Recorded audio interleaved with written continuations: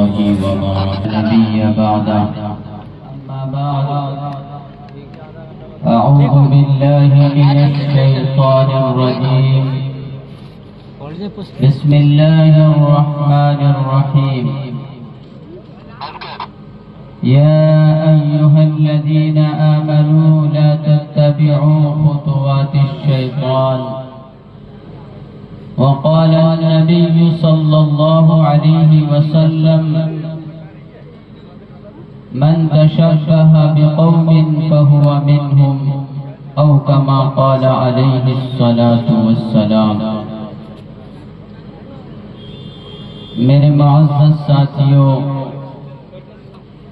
मेरे मोहतरम बुजुर्गों और दोस्तों, स्टेज पर उलमाए किराम, दूर दराज से तशरीफ लाने वाले मेहमानाने इज़ाम, अजीज बच्चे बच्चियों, पर्दा नशी माँ और बहनों,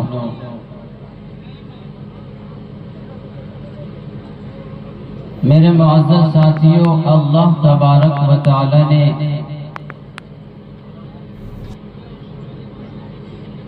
हमें 60-70 साल की जिंदगी अता फरमाई है।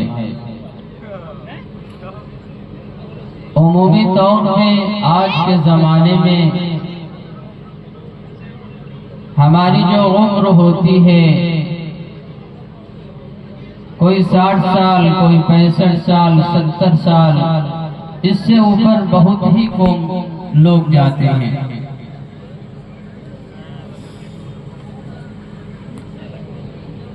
इस जिंदगी को हमें सही से गुजारनी है।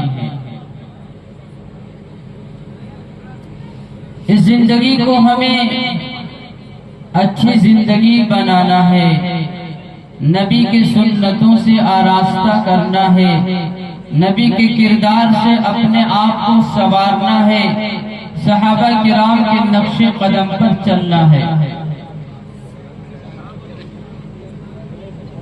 आज हमारे यहाँ माहौल बहुत खराब हो चुका है। हमारे नौजवान बात मानने के लिए तैयार नहीं है,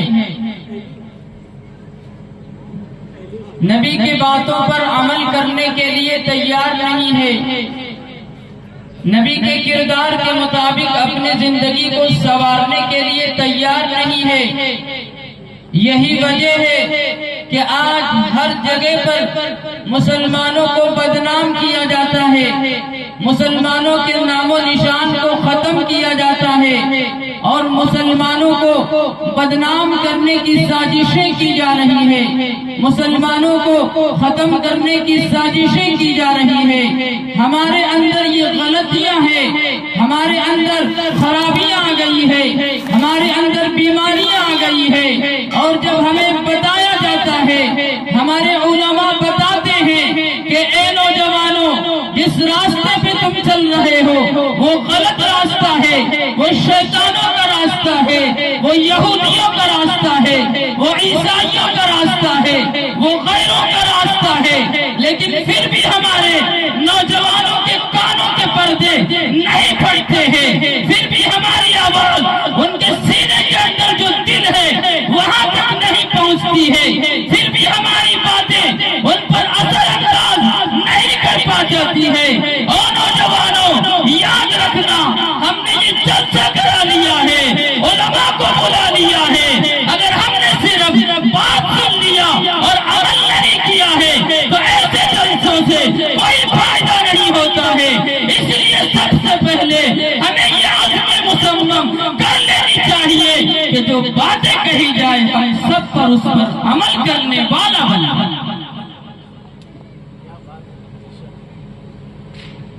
अगर हम अमल नहीं करेंगे तो फिर लाख रुपया 2 लाख रुपया खर्चा करने से कोई फायदा नहीं। बहुत सारे लोग यूं कहते हैं कि ये तो मौलवियों का काम है, नमाज पढ़ना ये मौलवियों का काम है, ये मौलवियों का कहना है, हमें अमल नहीं करना। अल्लाहु अकबर। ऐसे ऐसे नौजवान अभी भी इस दुनिया में मौजूद हैं। इसलिए मेरे नौजवानों, मेरे मुअज़्ज़ज़ साथियों, याद रखना, आज इस स्टेज से जो भी बातें कही जाए और जो भी आपको अमल करने के लिए कहा जाए, आप उस पर अमल कीजिए। याद रखना, अगर हमारे सारे नौजवान नबी के तरीके पर आ जाएंगे, नबी के किरदार के मुताबिक अपने आप को बना लेंगे, नबी के अहकाम के मुताबिक अपने आप को संवार लेंगे। उस जमाने को याद करिए, सहाबा के जमाने को याद करिए। अल्लाह के रसूल ने सहाबा किराम को तैयार किया था, सहाबा ने रसूल की बातों पर अमल किया था। वही सहाबा है, उसी सहाबा की वजह से और उन्हीं सहाबा ने सारी दुनिया में अल्लाह के रसूल की बातों को पहुंचा दिया है। और आज जो हम मुसलमान नाम का जो रह गए हैं, उसी सहाबा की कुर्बानी है और उन्हीं सहाबा की मेहरबानी है कि उन्होंने अपने बच्चे को यतीम करके, अपने बीवी को बेवा बना करके और अपनी कुर्बानी को पेश करके उन्होंने इस दीन को हम तक पहुंचाया है। हमें भी चाहिए कि हम इस दीन को अपने नस्लों तक पहुंचाएं। आज हमारे नस्लों में देखिए, पढ़ने के लिए कोई तैयार नहीं होता।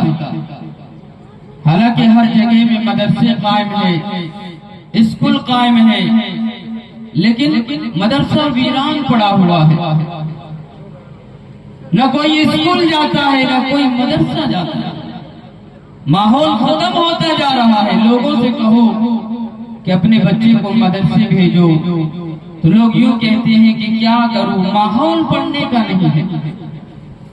जरा ये तो बताए, माहौल कहां से आएगा? क्या माहौल बाजार में मिलता है या किसी पीर साहिब के पास मिलता है कि वो दम करके दे देगा और आप मोहल्ले में आकर छिड़क देंगे तो माहौल बन जाएगा? या किसी मौलवी के पास मिलता है कि वो तावीज लिख कर दे देगा और माहौल बन जाएगा? नहीं नहीं, ये काम हमारा काम है। माहौल बनाना आपका काम है, माहौल बनाना हमारा काम है। याद रखना, अगर आपका बच्चा और आपकी औलाद तालीम हासिल नहीं करेगी, कल क़यामत के दिन आपकी औलाद आपकी गरीबान पकड़ेगी और अपने दरबार में कहेगी कि ए अल्लाह, मेरे माँ बाप ने स्कूल नहीं भेजा था, मदरसे नहीं भेजा था, मकतब नहीं भेजा था। क्या जवाब दूंगा कि माहौल नहीं था? नहीं मेरे मुअज़्ज़ज़ साथियों, ये माँ बाप की जिम्मेदारी होती है। माँ बाप के ऊपर हक होता है कि अपनी औलाद को उंगली पकड़ के मकतब तक पहुंचा दे, मदरसे तक पहुंचा दे, स्कूल तक पहुंचा दे। लेकिन आज का जमाना सोशल मीडिया का जमाना है, नेटवर्क का जमाना है, मोबाइल का जमाना है। होना तो ये चाहिए था, लेकिन आज की माँ बाप मोबाइल लेकर बैठ जाता है और नाच गाने सुनता है, बेहयाई सुनता है, बेकार की बातें सुनता है और जो शिकायत करता है कि माहौल नहीं बन रहा, और कोशिश भी नहीं करते हैं माहौल बनाने का, और शिकायत करते हैं कि मौलवी साहब तावीज दे दिए, मेरा बच्चा पढ़ता नहीं है, मेरी बात नहीं मानता है। पीर साहब के पास चले जाते हैं कि कोई दम कर दीजिए पारी पर, मेरा बच्चा नाफरमान हो गया है, मेरी बात नहीं मानता। नौजवानों याद रखना, आज हमने अपने दीन और अपनी शरीयत को फरामोश कर दिया है, हमने नबी के तरीके को फरामोश कर दिया है। यही वजह है कि आज मुसलमानों को बदनाम किया जाता है, मुसलमानों को काटा जा रहा है, मुसलमानों को मारा जा रहा है, मुसलमानों के नामो निशान को मिटाया जा रहा है। आज अगर सारे लोग मस्जिदों को आबाद करने वाले बने, आज हर जगह का यही हाल है। सिर्फ मैं बदलिया के लोगों को नहीं बोल रहा, हर जगह का यही माहौल है। देखिए मस्जिद में सिर्फ बुजुर्ग हजरात 2-4 हजरात नमाज पढ़ते हैं। क्या बुजुर्गों के लिए अल्लाह तबारक व तआला तो जवानी की इबादत कबूल किया। जवानी की इबादत अल्लाह के नजदीक काबिल कबूल है, लेकिन हमारे नौजवान फजर में तो बिस्तर में गुजार देंगे, ज़ोहर में खेत खलियान में गुजार देंगे, असर में होटलों में गुजार देंगे, मगरिब अपने साथियों के साथ गुजार देंगे, और ईशा फिर वही बिस्तर पर जानवरों की तरह गुजार देंगे। जिस तरह जानवर सुबह निकलता है और चरकर शाम में आता है, इसी तरह हमारे नौजवानों का हाल हो चुका है। हमारे नौजवानों का भी यही हाल हो चुका है, जानवर से भी बदतर हो चुका है। जानवर से भी बदतर हमारे नौजवान जिंदगी गुजार रहे हैं। अरे जानवर को तो जानवर का जब मालिक कह देता है अपने अंदाज में तो वो मान लेता है, लेकिन माँ बाप अपने औलाद को कहता है तो नहीं मानता, औलाद नहीं मानती है। इसलिए मेरे मोअज़्ज़ज़ साथियों, एक वाला बन जाइए, एक वाला बन जाइए। मुझे एक वाक़या याद आ रहा है। हजरत सुहैब रज़ियल्लाहु ताला अन्हु बहुत बड़े सहाबी गुजरे हैं। इनके बारे में आता है कि ये अल्लाह के रसूल सल्लल्लाहु अलैहि वसल्लम के लिए मौजे तैयार किया करते थे। अल्लाह के रसूल की खिदमत में लगे रहते थे। कोई जरूरत पेश आती अल्लाह के रसूल को तो लेकर हाजिर हो जाया करते थे। एक मर्तबा अल्लाह के रसूल सल्लल्लाहु अलैहि वसल्लम हजरत सुहैब रज़ियल्लाहु ताला अन्हु को बुलाते हैं और कहते हैं कि मेरा एक पैगाम है जो फुला शख्स के पास पहुंचाना है।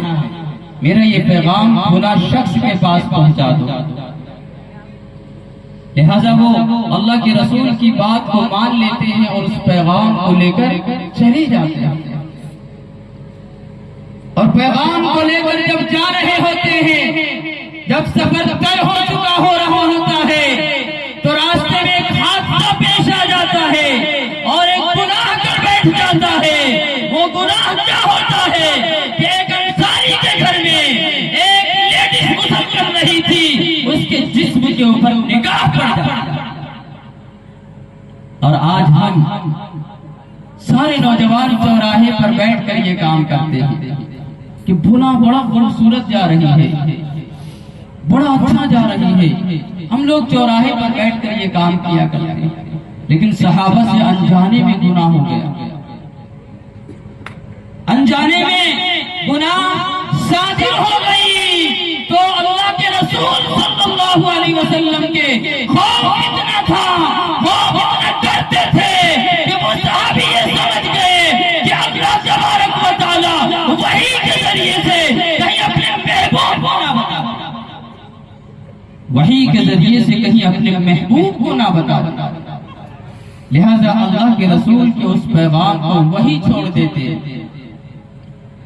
और एक जंगल में चले जाते हैं। ताइफ और मदीना के दरमियान एक जंगल है, घना जंगल है।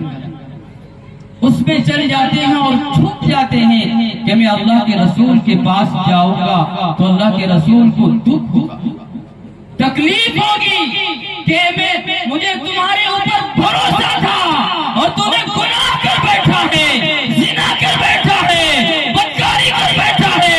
और नौजवानों, अगर इन बातों से अपनी जिंदगी को नहीं संवार पाए और अमल नहीं कर पाए, याद रखना जानवर की तरह जिंदगी बदतर से बदतर हो जाए। लिहाजा अल्लाह के रसूल सल्लल्लाहु अलैहि वसल्लम को 40 दिन के बाद ये बात याद आती है कि मैंने हजरत सुहैब रज़ियल्लाहु ताला अन्हु को एक पैगाम दिया था कि फुला के पास पहुंचाओ, लेकिन 40 दिन मुकम्मल हो चुके हैं, लेकिन अभी तक वापस नहीं आया है। कहाँ चला गया है? कोई हादसा पेश तो नहीं आ गया, कोई बीमारी पेश तो नहीं आ गई, कोई मुसीबत में मुब्तला तो नहीं हो गया। लिहाजा सहाबी को बुलाते हैं और अल्लाह के रसूल कहते हैं कि जाओ, 40 दिन हो चुके हैं, 40 रातें गुजर चुकी है, 40 दिन गुजर चुके हैं। ऐ मेरे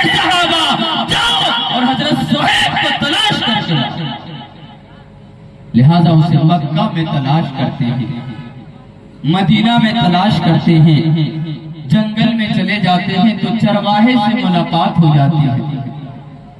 चरवाहे से मुलाकात हो जाती है, पूछता है कि एक शख्स है जो 40 दिन से लापता है, आपने उसे देखा?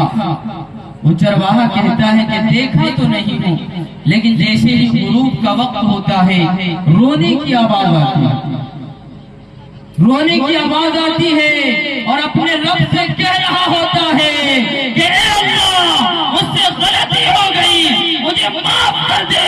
लिहाजा एक गुनाह हो जाता है, लेकिन 40 दिन तक अपने बच्चे को छोड़ देता है, बीवी को छोड़ देता है, घरबार को छोड़ देता है, रिश्तेदार को छोड़ देता है, मोहल्ले वाले को छोड़ देता है और अपने गुनाह की माफी के लिए जंगल में चला जाता है और 40 दिन जंगल में गुजारता है। लिहाजा वो चरवाहा कहता है कि अगर तू भी उसकी जियारत करना चाहता है, उससे मिलना चाहता है तो थोड़ी देर रुको, अब वक्त होने वाला है, वो निकलेगा, रोता हुआ निकलेगा, गिड़गिड़ाता हुआ निकलेगा और रब से माफी मांगता हुआ निकलेगा। लिहाजा वो फौरन निकलता है और वो सहाबी हजरत सुहैब रज़ियल्लाहु ताला अन्हु को गोद में उठाकर अल्लाह के रसूल के दरबार में पेश करते हैं। अल्लाह के रसूल का इतना खौफ था, इतना डर था कि वो सहाबी डर की वजह से बेहोश हो जाते हैं, गशी जारी हो जाती है, बेहोश हो जाते हैं। अल्लाह के रसूल उसे बेदार करते हैं, इफाका करते हैं, पानी उसके चेहरे पे डालते हैं। जब वो बेदार होता है तो अल्लाह के रसूल पूछते हैं कि कहाँ चला गया था, कोई परेशानी तो नहीं आ गई, कोई मुसीबत लायक तो नहीं हो गई थी, मुझे बताओ तो सही। लिहाजा हज़रत सुहैब रज़ियल्लाहु ताला अन्हु जब बताने लगते हैं तो वैसे ही हज़रत जिब्रील अलैहिस्सलाम आ जाते हैं और अल्लाह के रसूल से कहते हैं कि ए अल्लाह के रसूल, इन्होंने अल्लाह से तौबा कर लिया है और अल्लाह ने इसकी तौबा को कबूल किया है और जन्नत का सर्टिफिकेट दे दिया।